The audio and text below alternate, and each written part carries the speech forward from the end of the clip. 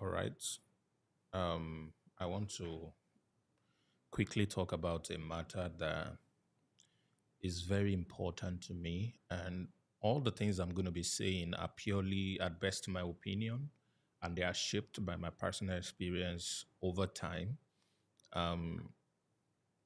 Almost 3 years away from 4 decades on the earth, and the little I've experienced the last 37 years is what has culminated into the mind that I'm about to share is what has come into the opinion that I'm about to share. And I hope sincerely that you could learn something from it, especially if you're trying to know about the male man as a lady, or as a man, you're trying to understand why you act in a certain way.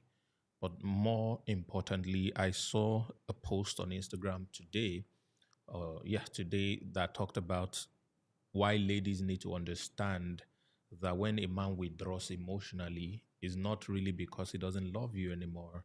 It's not really because he doesn't care about you anymore. It's not because there is someone else in his life. It might just be that the most important thing to him, which is the vehicle that allows him to treat you well, is being threatened. So most men first reaction is withdrawal. So what is this thing that I'm talking about? You see, the first love of an average man is his work, his business, his job, his work. And this is so because, apart from the fact that the way we are made as men, one other very important factor that we need to consider is the fact that whilst we were younger, we were told we are supposed to be the provider. We were told we're supposed to take care of our own. I mean, there's even a scripture that says, he that cannot provide for his own has denied the faith and is worse than infidel. So from childhood, this doctrine has been placed in our brain, in our head, that you are not a man if you cannot provide.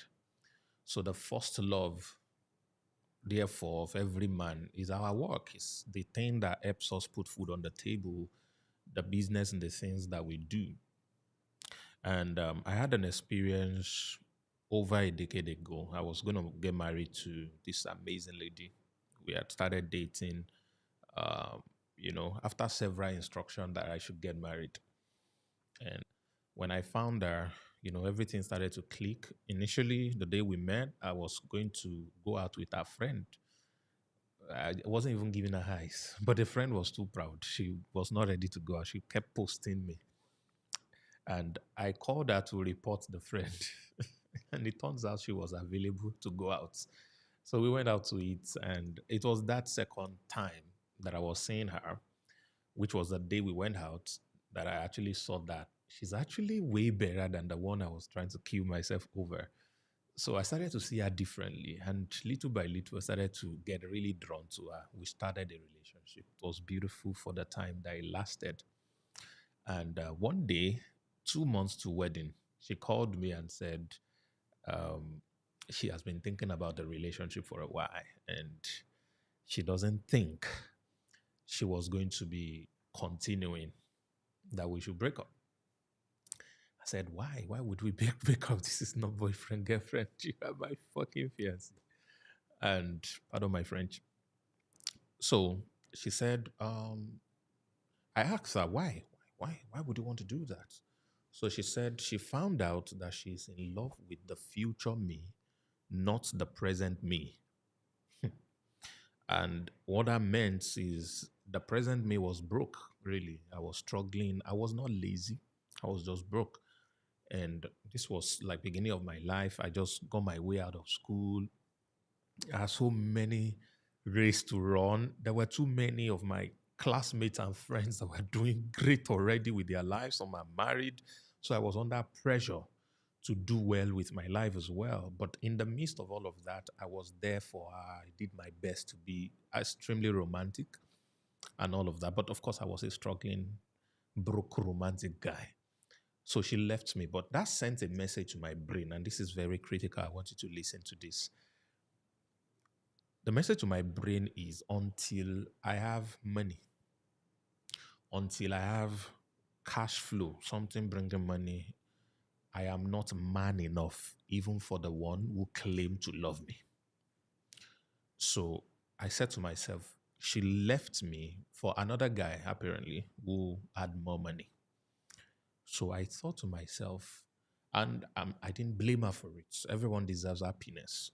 Being with that guy gives her security more than being with me, and she deserves all the good things of life. Yeah. So I said to myself that I need to go back and work to make money so that no lady will ever be able to do that to me again. That is a lesson for somebody. Every time you are humiliated in anything, don't take it against those people that humiliated you. Don't take it against those people, that disgraced you. Go back and look into your life. What is it about my life that made it possible for this person to insult me like this? What is it about my life that makes it possible for them to reject me like this? What is it about my life that made me the subject for this kind of ridicule? Then work hard to change that thing about your life so that the same set of people, when they see you, will honor you this time around because something has changed about your life. So for me, it was I got to make money, I got to go and build. So I forgot everything, women, everything, ladies, for a long time. And all I was doing was trying to make money, trying to build a life. All right.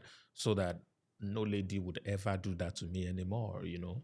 So I fell in love with work. I fell in love with making money. I fell in love with stuff. It took me about 3, 4 years after that breakup before I had my first breakthrough. That is before I saw my first million together, at that point. And over those 4 year period that I was grinding and all of that, my major motivation was two things. One was my mom, because I wanted to take care of that woman. The second was I wanted to prove to myself that I am also desirable, that you can't just break up with me because I'm broke. You understand? So I wanted to be able to do that. And I went to work, sharpen my skill. You know all of the story, and things started to get well. I started to make millions, and one day I'd made so much money, I'd bought cars, I'd gotten all the things that I really was looking forward to. The kind of things the guy she left me for had. I've had bigger things at this time, but I became empty. Why? Because she's no longer there. It's like a journey. I'd gone on a journey to build some kind of life. And I finished building this life. And I came back to say, baby, I'm home. See what I've been able to gather. But unfortunately, she was no longer there. So it was empty. Somehow, my life has been built so much around work. No matter what you do to me, the way I take it off is to work. So focus on my businesses, focus on learning more skills, focus on creating something new, focus on reaching out to people. Some of you don't know, those who have followed me or my students or who are, learning through me, that most of the things that I do to impact you, to teach you, are born from the place of pain. That was me escaping pain. That was me escaping betrayal. That was me escaping loneliness. This is not really what I want to talk about, but I just wanted to lay this foundation because I think this live session is more about my story. And I know it relates to quite a lot of ladies as well out there. Now, so we have this major burden in our lives, which is our business, because we know the only way we will be a better man for you, ladies are listening to me, is when we are able to provide. You might not ask for it, but that is how we are built. You might not ask for it. You might not complain, but that is the programming. Every real man knows this, except the one that doesn't understand what it means to be a man. Before a man in Garden of Eden was given a woman, he was given work first. All right, was told to till the land and cultivate it and expand it and all of that. He was given work first. It's the only thing he knows, going out naked every morning and all of that. was his work. That was his own love. So it was all he was doing before God looked at it and said, this is dangerous for this man to do this alone. He needs a companion. So let's make for him a woman. And so the coming in of a woman, all right, is to complete what the man has already started. So when you take the original engagement of a man out of his life or you threaten it, you start to see a malfunctioning man. You start to see a man that is not the best version that it could be to you. Now, here's the deal. I have been in one or two relationships in my life, and there has always been the complaint that, oh, you stopped calling. I think I woke up one day knowing that it's like every lady wants you to call them. And there was a period in my life that, I mean, I grew up knowing you should talk to a lady every time, even before there was a cell phone in Nigeria at that time. And when there was cell phone, I know you have to call. The ladies love attention. And unfortunately, the first lady I would date did not want me to call her. She wants me to skip some days so that she will miss me, before I call. So I had to learn to be like that. And unfortunately, after that relationship ended, every other person that I meet, I became like that. But they were complaining, call me, call me. They wanted the calls. Like, I'm confused here. I thought you guys didn't want constant calling. You just want us to, maybe once in 2 days call you. I thought that's what you wanted. I said, no, you have to call me every morning, every night, every afternoon. So, oh my goodness. I don't have that in me anymore. I've adjusted. So it became a big deal. Now, sometimes you meet a man and everything about you is beautiful. Both of you, you're doing very great and all of a sudden it looks like the man is detached. It is most times not about you. It is most time not about something you did. And you may not believe this, for most men, really, it's not even because of another lady. Especially if a man cannot look you in the eyes and tell you, you did this wrong, you did that wrong, I don't like this or that about you. It is not about you or what you did. It's about what is going on in between him and his other love of his life, which is his work. So when his work is threatened, do you know that a man loses over 70 to 90% of his libido because he has a work challenge? Do you know? He's not even interested. All right. Just because he has issues that he needs to deal with based on his work. So these are very, very critical things that you need to know about a man. If you're watching me and you're a man or you're a lady, you need to know about your man. And it's very critical and important. You know, our original first love is our work. When something is wrong about it, you we may begin to detach. Begin to skip calling, because some of this romance is just not making sense. Like, a see romance that my mate are doing when business is going down, we're not making money, things are not going the way it's supposed to go. I don't have a job, I'm broke. The Naira is crazy every day and all of that. So Rima is thinking really about how to, build back his work so he can provide. So, and most men react to this in a certain funny way. And one of those ways is to detach from conversation or communication with you as the lady. So, what you should do, and when the post that I saw today, I saw some people say, I'm not a prophet. I won't know what's going on with you in your mind. Just tell me. Auntie, it's deeper than that. Oh. It's deeper than that. A man is naturally an average man. I know there are exceptions, but few exceptions. Most men, real men, are built to contain things inside. They are told not to cry. They are told not to share challenges. We are supposed to be macho and strong and deal with it, find a way around it. So we don't talk naturally about things that we could not deal with. A man can talk for 2 days straight about his conquest, what he has conquered, but his battles, he keeps it private. It's difficult for us to just come and open mouths and say, baby, see, this thing that is working, that is not working now, is affecting me. And not, let me speak in my East African accent. This thing that is not working well is affecting me. I don't like it. We are not built that way. A man is rather just going to keep it to himself than to come and share. So your job as a woman is not to look into his mind and no, no, no, no, no, no. Your job is to recognize when he switches off. Your job is to recognize when he's supposed to call, but he did not call. Your mind is supposed to recognize the moment it starts to change from his normal way of relating to you. Something is bothering him, and you can't ask him directly. He will tell you all is well. He will tell you everything is fine. So, what you're supposed to do is to hang around him well enough, show him a lot of support and care, even when he's not asking for it. All right. To the level where he's going to break down in your feet one day and open up everything to you. So, what do I mean by that?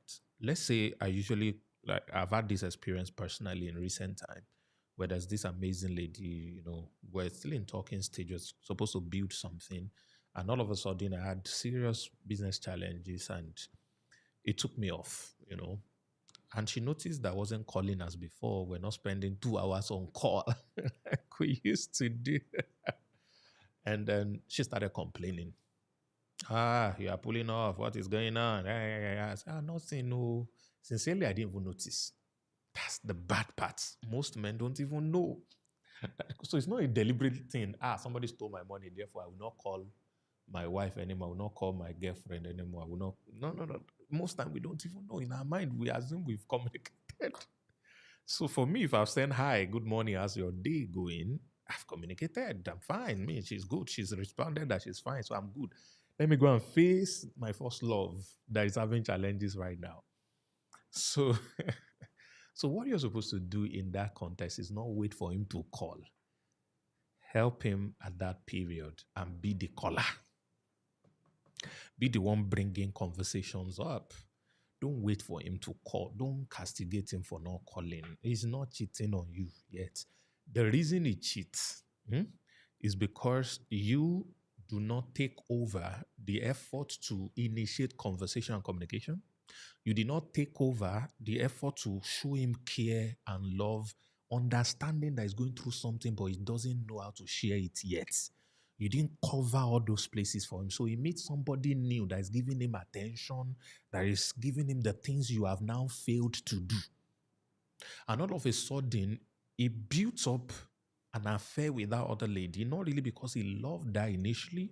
She might be beautiful and all of that. It's you he really loves. But he built up some form of pseudo connection for that period, like a pain relief, a temporary medication. That's what that new person becomes. All right. And if that new person begin to play a card well, he spends more time with that other one. And you now begin to give him hell because an average lady, not all ladies, but an average lady reaction to this matter is to nag the man to death. Oh, you're not calling me again. Oh, you don't love me again. Oh, you're not doing this again. Oh, you're not doing that again. That's not what your man needs. All right, your man needs you to cover for him at that point till he's comfortable enough to share these things with you. So don't say because he has missed calling you for one day, then he's going through something. So come here, Dr. Sam say you men are going through something. What are you going through? Come and tell me. So the first reaction when a lady asks me, if a lady asks me something like that, is to imagine what can she do to help out of this matter. If I look at it, nothing you can do to help me out. I don't feel I should share with you. Number two, maybe you have challenges in your, because me personally, if I like you as a lady, you don't need to ask me for things before I step up, to assist. I just need to know there's a need. All right. So you could be gisting and mention that there's a need. I start to feel bad. This particular lady I was talking about, one of our cars, our main cars, had issues and she couldn't fix it. And I know how much she loved that car. And she had mentioned the price, said, when they told me this price, I just told them to not bother and all that. I was going to use another car. No. In my head, I said, the normal me, Samavad would have said, I won't even, have the account number already. I would just transfer that amount and say, you know what, go fix the car so that you'll be happy. But I could not do it. She didn't ask me, but I couldn't do it because there was business challenge. And I felt so bad. I felt so ashamed of myself. That's me. I'm talking about me. I felt so ashamed of myself. I felt unworthy to even be the man in her life. And I'm not even dating her yet. We're just in talking stage. So just imagine that. Just imagine that. So my immediate reaction is detachment. So I'm ashamed to talk with her because I couldn't solve her problems. Not even the one she asked me, or she never asked me. She was just gisting me. You understand? So as a lady, you need to understand this about the men in your life or your man. All right? You should cover for him at that period and show him so much love and care till it becomes comfortable to share his concerns with you. You might not even be able to do anything about it. And most of the time, personally, me, I will not talk to you when you can't solve my problem. I won't talk to you.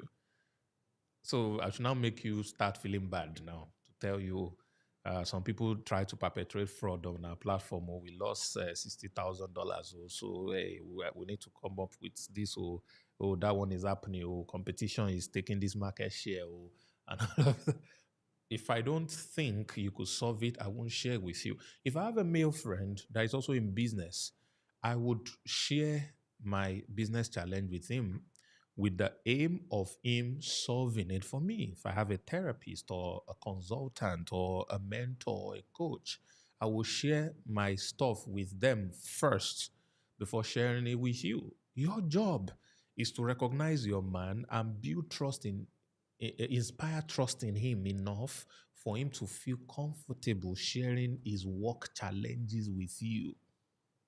All right. So you are supposed to be his peace in those periods when he feels detached. You're not supposed to attack him or imagine he's seeing someone else. Of course, he's not seeing someone, he's in his work, his job first. All right. It is when you now start to play along with that detachment. He didn't call me, I won't call him. If you start to do that, that's when someone else will start to call and show up in his life. And sometimes there's this dopamine. Now, I don't know if you notice this. There's this dopamine men feels when they're about to spark up something with a lady afresh. I don't know what to call it, but there's just this sweet, beautiful feeling that we get or derive from meeting a lady and chatting her up afresh and building the process of her falling for us. We love that a lot. All right. So, when you when you were younger, if they beat you or something happened to you, or maybe by mistake something fell on your leg, you go out and you're crying, they try to give you maybe ice cream or something you like, just to take your mind away from the pain. So that's sweet temporary compensation that you get as a kid that takes your mind away from the pain. For adults, some of them go to drinking. All right, say drink away your sorrow, forget your sorrow, drink, dance, stuff. So there are different things that our mind as human latches onto immediately to take away the pain we're going through. So if you push him and you're not his peace in those periods, and sometimes the man might react, you got to be patient. So now you call him your man. Patient with him. So he doesn't want to tell me anything. So hell with him. I don't care. Okay, good luck to you. All right. So this matter is very critical and is important. I just feel like sharing it. I hope you've gained something. I hope you learned something about a man. I hope using my situation or my personal journey or personal story as a man to share into this particular situation of how men relate and detach and all of that. You've picked something from it and you've learned something from me. Thank you very much for joining. I am going to go into my original work now. God bless you all. Bye-bye. Have a beautiful, beautiful day. A powerful business coach, millionaire mentor, a multi-talented serial entrepreneur, Africa's most sought-after sales guru, the boss of sales superstars, internationally acclaimed best-selling author, a public speaker par excellence, life and finance strategist. My name is Sam Harvard.